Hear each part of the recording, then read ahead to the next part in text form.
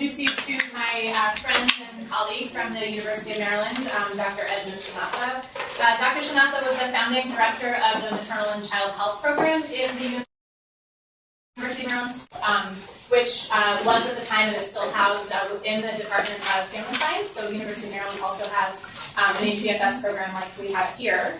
Prior to serving at the University of Maryland, he was an assistant professor of epidemiology at the Brown University School of Medicine. Edmond holds a dual doctorate in Epi and Maternal and Child Health from the Harvard School of Public Health, and master's degrees in developmental psychology and research methods, social research methods. He's currently the president of the Association of Teachers of Maternal and Child Health, and his research, broadly speaking, examines social determinants of health over the life course, which is a good segue to your exact topic for today. So join me in welcoming Edmond. Thank you so much. It's great to be here. I always look for a reason, excuse to come to Oregon. It's such a wonderful place. And I got here Wednesday afternoon. I had Thursday with my brother, and indeed, I was told there are sunny days here. Yesterday we had one, fantastic. And also wanted to thank me and Gretchen for making it possible and arranging for me to be here. So thank you very much. I am going to talk about elevated risk of nicotine dependence among the offspring and exposure to nicotine in utero.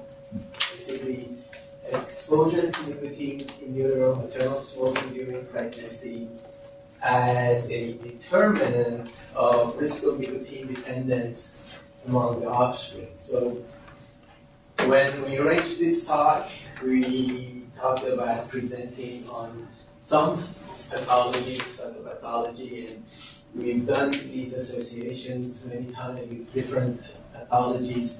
And I picked this one because we also get to talk about the family design and discordant sibling pairs. So I thought it'll be interesting. To begin with, I like to suggest we should be a bit skeptical about what I'm going to say. In that nicotine dependence, as we all know, is a fairly complicated disorder. And for someone to come here and say, look, we are linking someone's nicotine dependence at age 40 to something that happened in utero 40 years prior, should raise some healthy skepticism. That why? There's enough at age 40, and certainly enough went on between birth and age 40 to possibly explain nicotine dependence.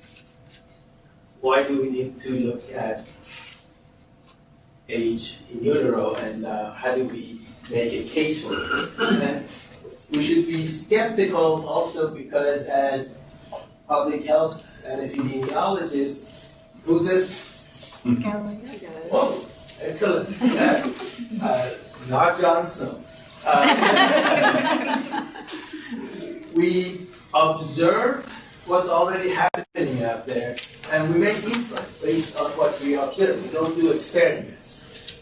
And we know observations can, be problematic sometimes. Up until about 300 years ago, we put birth, we observed that we are in the center of the universe, and all evidence that we had up until that point suggested that yes, we are in fact in the middle of the universe, center of the universe. So making inferences based on observations is a tricky business. And if I can just ask in terms of alternative explanations that we can think of, why instead of looking at in utero exposure to nicotine to explain nicotine dependence, what alternate explanations can we have for that dependence, just off the top of our heads? That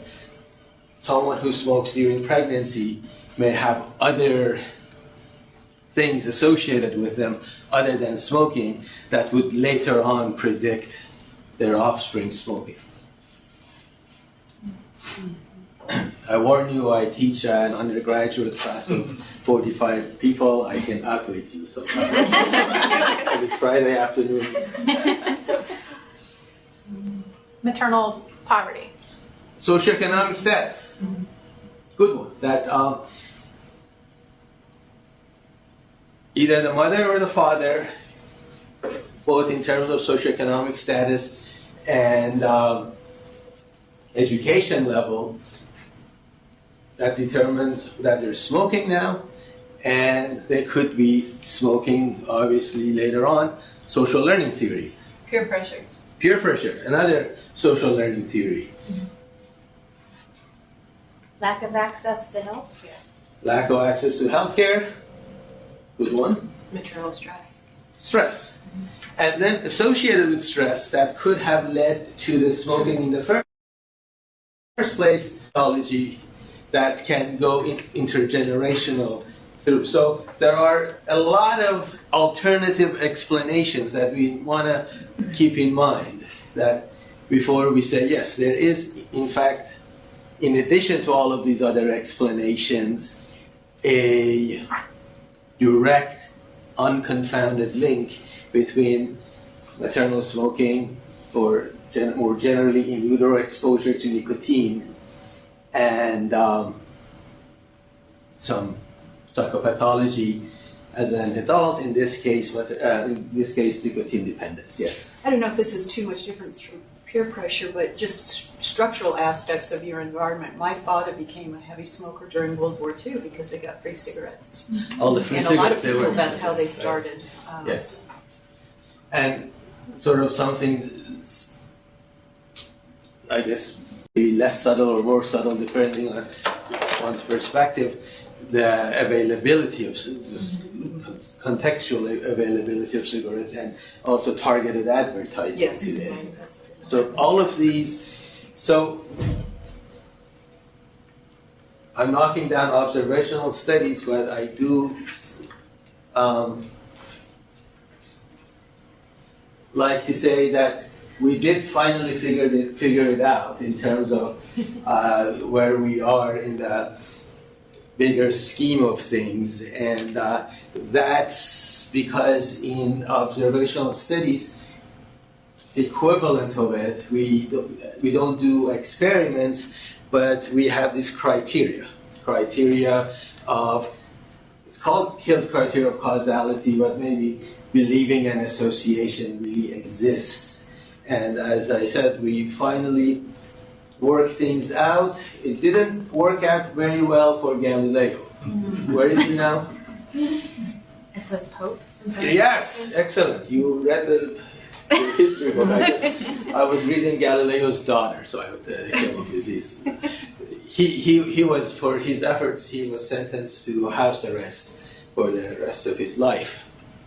So let's see how it may go for this study, house arrest or not. So elevated risk of nicotine dependence among SIB pairs discordant for maternal smoking. So I'll talk about this a little bit more.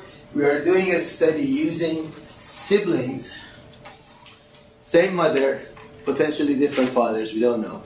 Same mother, obviously different pregnancies, in which one pregnancy the mother smoked and the other one did not smoke. And that's why this more specific term, rather than in utero exposure to nicotine, I'm saying maternal smoking during pregnancy, because that's the only variable we have. But generally any exposure, both from the father or the mother, is the concern here.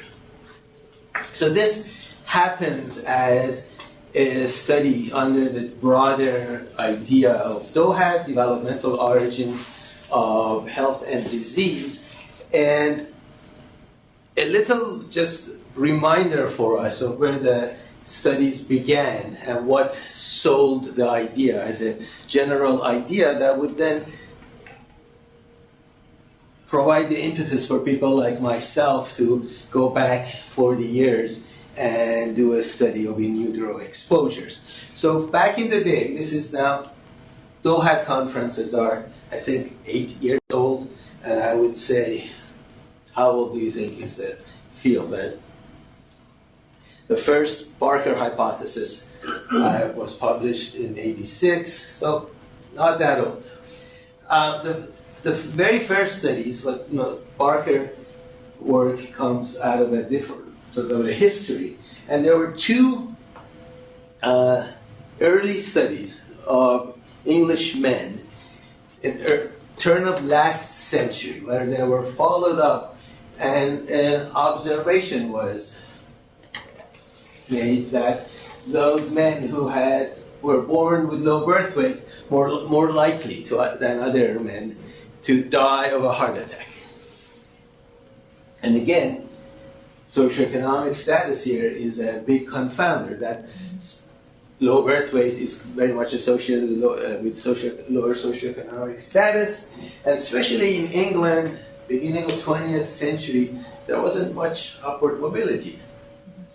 So then, low socially positioned folk would be also more likely to die of a coronary heart disease because of just their situation right then, as 40, 50, 60, 70-year-old people. So why look at this? And what was interesting, and that led along with other ideas that were going on at the time, was that it wasn't just low birth weight that predicted coronary heart disease, but it was that among people who are low birth weight, it was people with a small head circumference. So not all low birth weight people were at elevated risk, but only people with a small head circumference. So this is interesting because it provides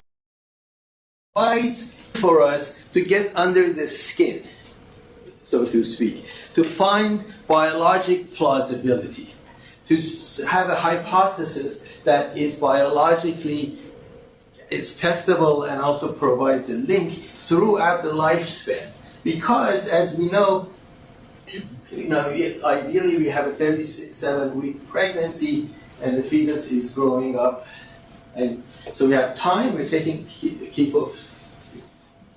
track of time and amount of growth, and the two don't, as you all know, don't go hand in hand. So we can have a pregnancy that's someone who's premature, but average for gestational age. They have grown as much as they have time to grow. So they're average for their gestational age, and we can have a baby, an infant who's not premature, but smaller for their gestational age. And these were the babies who were most likely to die of a heart attack as adults. So the fact that we're looking at small for gestational age, and at the time people had already also began to understand the ideas of programming.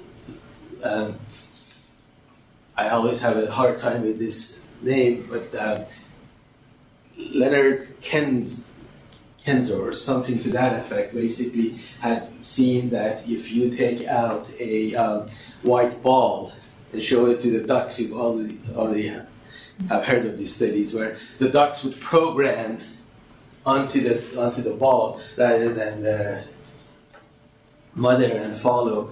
So basically, and follow the ball for the rest of their lives. So basically, something is happening in utero because of this small for gestational age, that the hypothesis was happens at the cellular level that stays with the mother. With the infant throughout the life. So provides a link between in utero exposure and whatever condition we're exploring back over 40 years later. And in terms of Barker and life course perspective, the idea was that if we are exposed to poor nutrition in utero, we adapt to that. We slow down, the cellular function slows down either very much locally, functional reduction, fewer cells for smaller organs. What that does is, given limited resources, it protects the parts, the organs that have to function.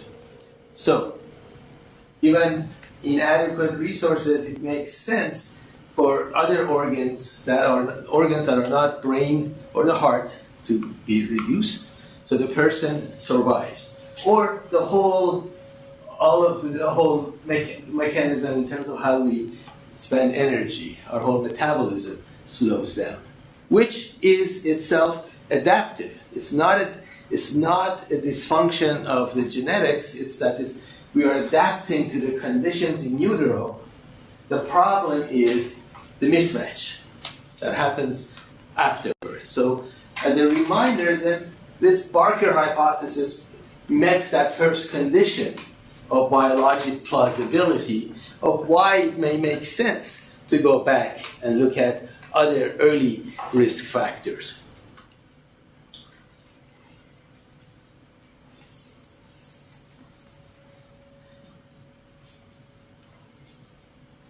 So in terms of what we're talking about today, there are two existing lines of evidence that would motivate an epidemiologic study, an observational study, where there are just so many confounders that we have to take into account when we're looking at such a difficult or complicated construct such as nicotine dependence. One study, it has again to do with the biologic plausibility of what it is that we're looking at. And it comes, as often it does from, in the studies of Dohats, comes from animal studies. That we see in animals, mostly rats and mice, that are exposed in utero to nicotine, there is an upregulation of nicotinic receptors in the brain. It's proportional.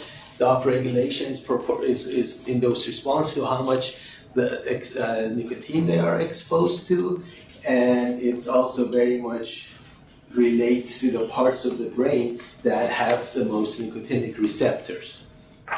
And people talk about having a cellular propensity to nicotine dependence, and a test of that is if you ask 100 people who have smoked in their life, what was your first? Some people say, when they took that first puff, they got a very pleasant rush. Other people say, no, the first puff was awful, but they developed a dependence over time. The people who have the rush, it's theorized, for one reason or another, have cells that are upregulated. They are more sensitive to nicotine. They get more nicotine, and it's basically a propensity to processing nicotine. That's an aside, but we know that the cells of mice, at least, that are exposed to nicotine in utero are upregulated. So they fire faster and quicker in response to exposure to nicotine. So that provides a reason to say, all right, here is biologic plausibility. There is this change at the cellular level that happens and that goes on, stays with the person over time until they're adults and beyond.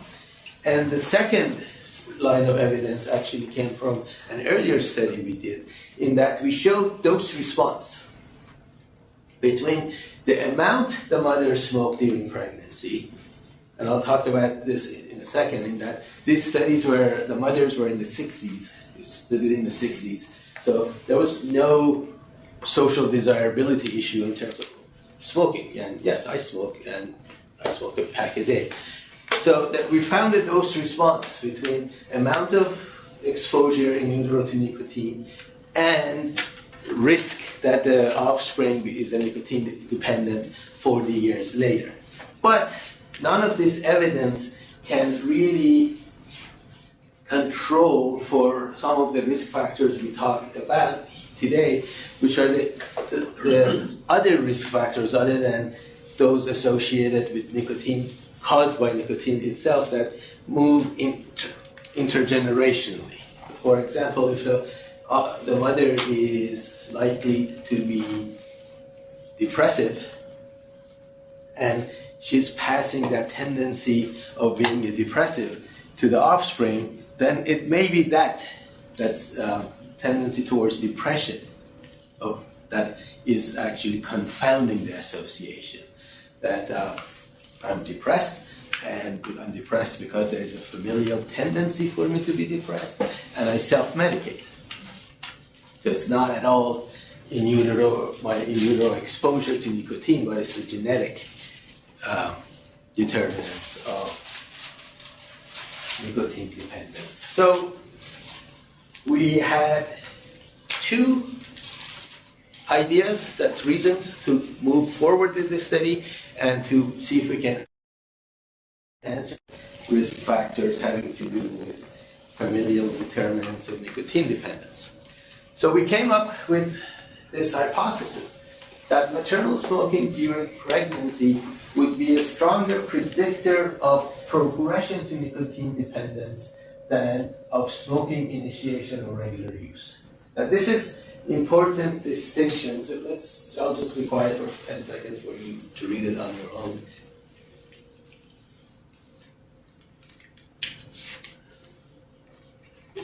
So here we're making a great deal about the distinction between nicotine dependence as a construct of interest versus smoking initiation or regular use. We're saying, as we said earlier, that initiation is a social construct, socially driven construct, that it could be a function of modeling.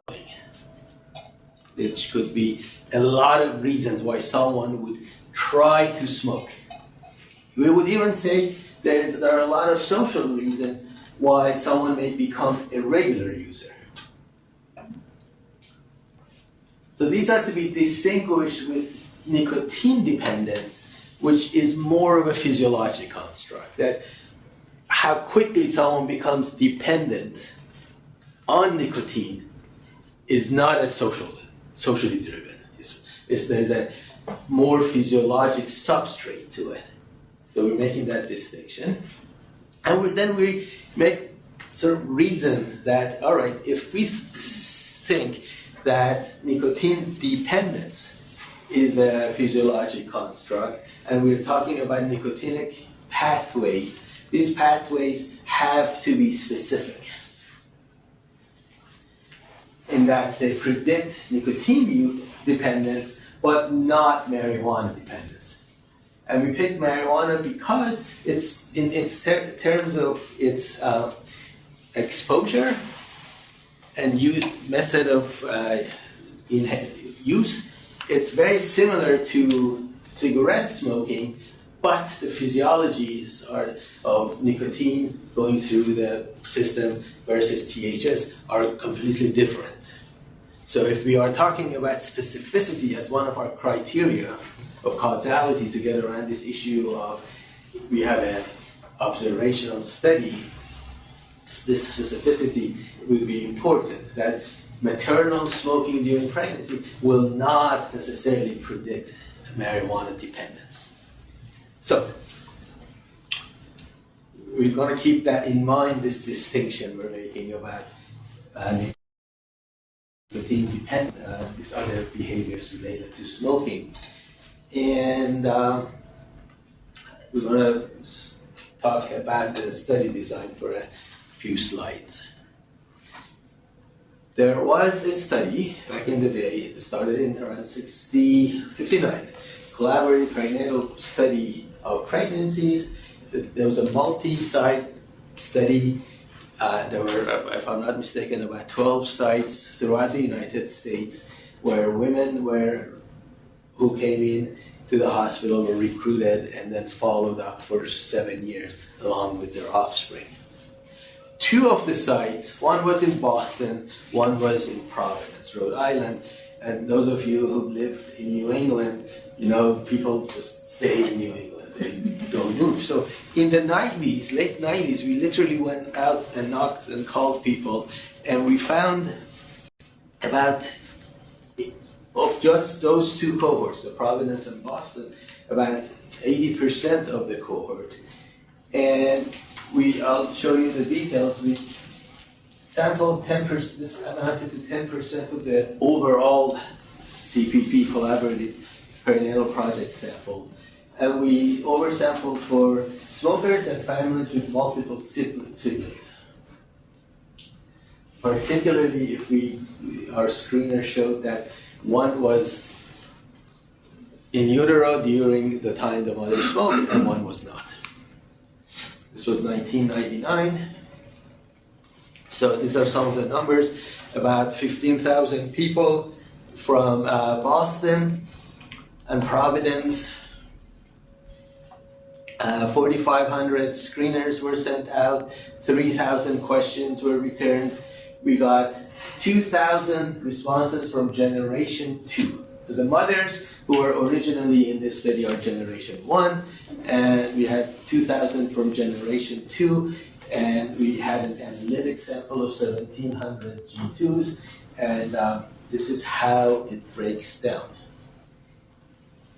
We had 887 just singletons that we included in the study, and that just gives us more statistical power.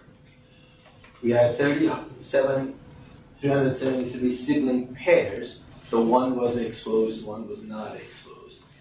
Only 3 trios, so, and then you can work at all the details, and there was just one quintet. So that is our sample. We collected all this relevant information: mother's age, number of pregnancies. This is a cornerstone of the study in that mothers were all reporting how much they smoked. And as I said, there's not very many social desirability issues back in the early 60s about smoking, but on top of that, a subsample of women were tested and in terms of their blood cotinine levels, and there was an agreement kappa of 0.83. So the measure of exposure is validated. And then from this data, we estimated the maximum number of cigarettes smoked.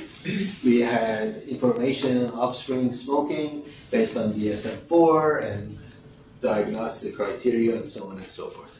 These were about 3-hour interviews that both the G1 and the G2s went through each. So, in terms of the family design, and the thing to remember is basically if this is a logistic regression and we are predicting risk of an event, here we have the asymptote here, which is just giving us the prevalence of the outcome, and we have a estimate here that can be considered to be actually, in fact, it is a weighted average of 2 other estimates. So if this is risk of dependence as a function of exposure in utero, it can be broken down to 2 subsequent estimates. One we call the between mothers estimate, and one within mothers. So we want to keep track of these 2 estimates. One between mothers, one within mothers. And the between mothers is just basically like any study in that one family is compared to another, and we consider this as sort of effect of what's happening in the background. What's more relevant to us is that within mother estimates, which gives us the difference between discordant siblings. So the discordant siblings, in that whatever effect is associated with the difference between being exposed in utero for one sibling and not being exposed in utero for another sibling. So you have basically two siblings that have about 50% of the same genetic makeup. So this is where we're trying to control for what happens, what passes in utero in terms of genetic risks. Same mother, one sibling is exposed, one sibling is not exposed. And whatever background risks there are in terms of, for example, age of the study and so on, are absorbed here in the between mother effect, and they don't influence what's happening within. That's the family design. So we get four estimates, one for between, one for within. You can examine how these two are different from each other. Is it worthwhile? Is it necessary to even look at them separately, or you can just look at the weighted average that you would get from a regular regression? So there are four odds ratios that we are reporting, and I'm just generally going to focus on this. I'll go over the ratio very quickly. If you have questions, I'm happy to answer them after the fact and after the presentation. And as I said, we will, in these models, the singletons are also included, and we can talk about that later if you like. So I'm going to show you two busy slides that basically are not our focus, but so in this column, these people are interviewed. These are people who we screened and could not interview, and they're statistically different in terms of ethnicity and also in terms of mother's age. The people who were not interviewed were slightly younger, not by much, but statistically different, and same in terms of race and ethnicity. I also same with in terms of the mother's characteristics among the people who were interviewed and not interviewed. In terms of age at pregnancy, interviewed a bit older, and Revita a bit lower, not significantly different. The one that was significantly different was age at pregnancy. So as a whole, people who were interviewed were slightly older, and we also don't have socioeconomics. Oh, here we do. And it's better off, interviewed versus not interviewed. Okay, here I'm going to slow down a little bit and remind us we are looking at progression to nicotine dependence. And we said, look, if they ever smoked, we're not estimating, we're not hypothesizing an association here. That we don't think maternal smoking during pregnancy predicts ever smoking or predicts weekly smoking. Well, we think it predicts lifetime nicotine dependence, as we talked about earlier. But more so, we're talking about progression. So we are estimating these two models in that this fourth model is fit. These models are fit among the whole sample. This model is among people who have ever smoked.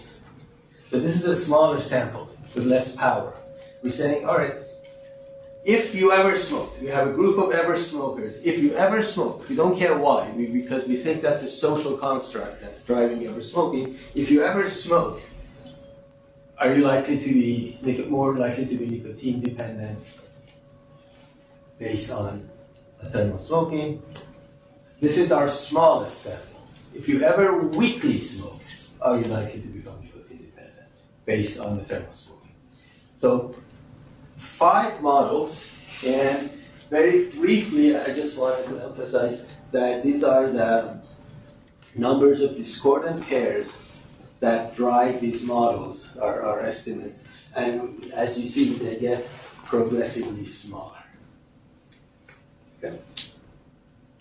So, to orient us around the tables that we're going to see, 4 models: ever smoked, ever weekly smoked,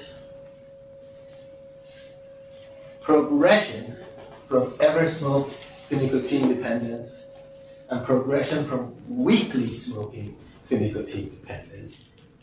Again, as a reminder, these are conditional models. So fit among ever smokers, this is fit among weekly smokers.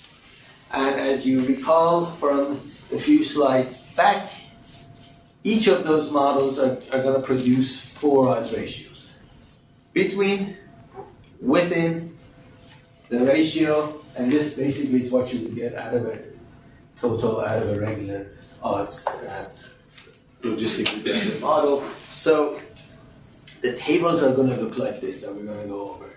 The 4 models, each one has 4 sets of odds ratios. With effect of a half-pack increase. We didn't have enough to go 1 cigarette at a time.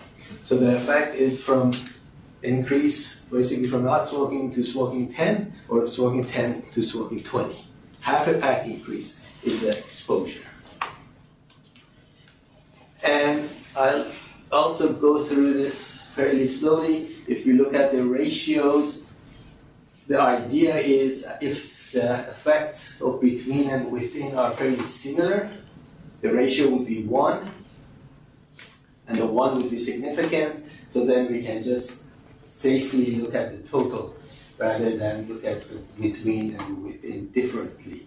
And we don't get that. The closest we come to a significant ratio effect is here, but the odds ratio is still 0.44. Basically, the take-home here is that it's okay to look at these models separately. And here we go. So the first set of models, we are predicting whether women, infants who were exposed in utero are more likely to ever smoke.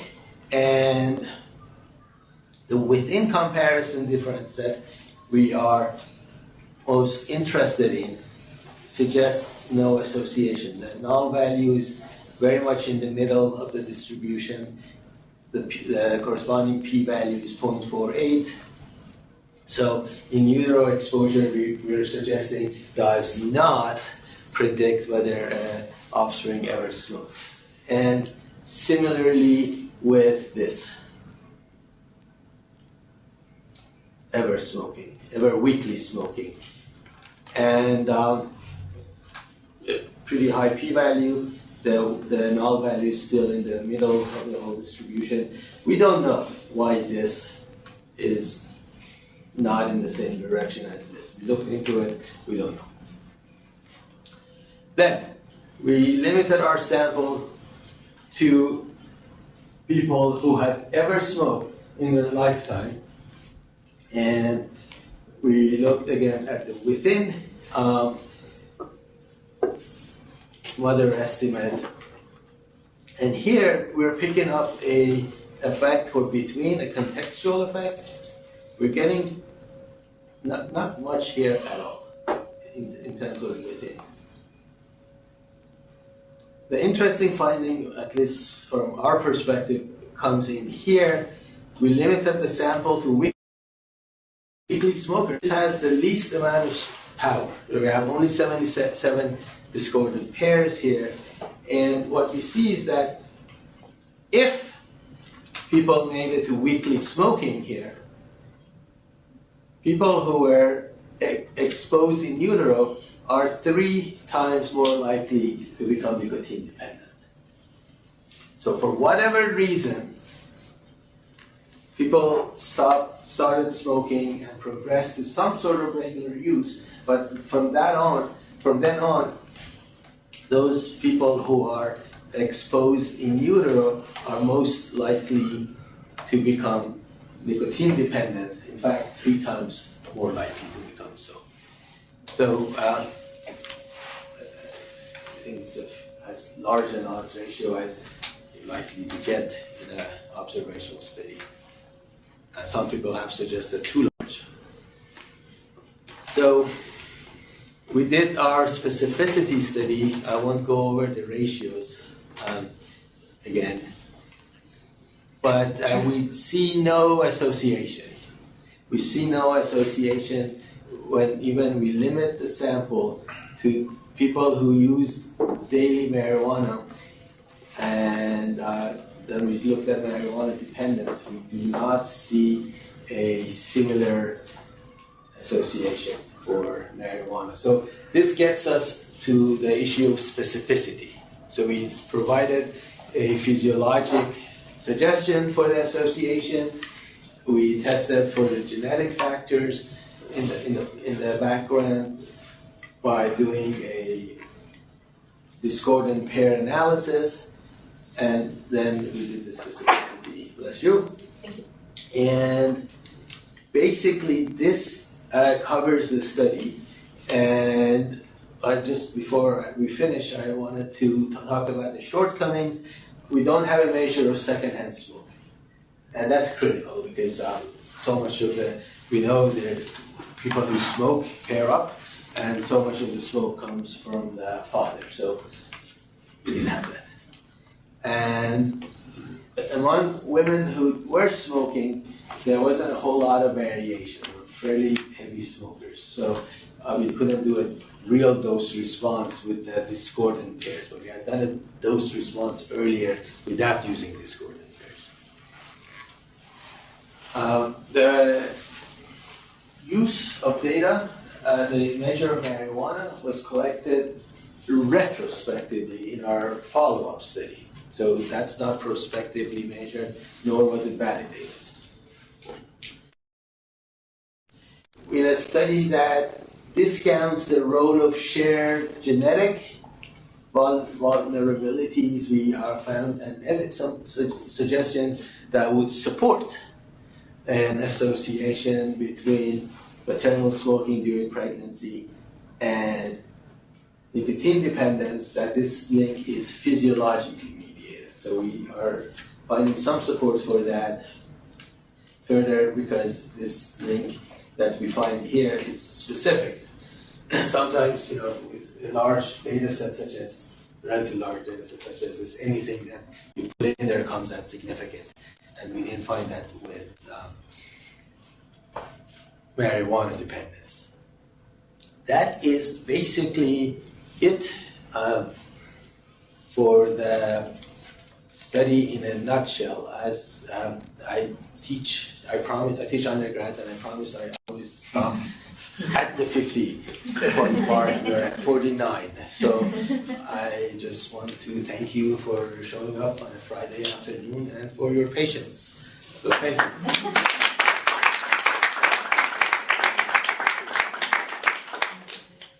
Any questions? Yes, please. In the calculation of your kappa statistic between what the mother said in the interview and their cotinine levels, what was the cotinine cutoff that you used? I believe, off the top of my head, we use the CDC of the 0.05.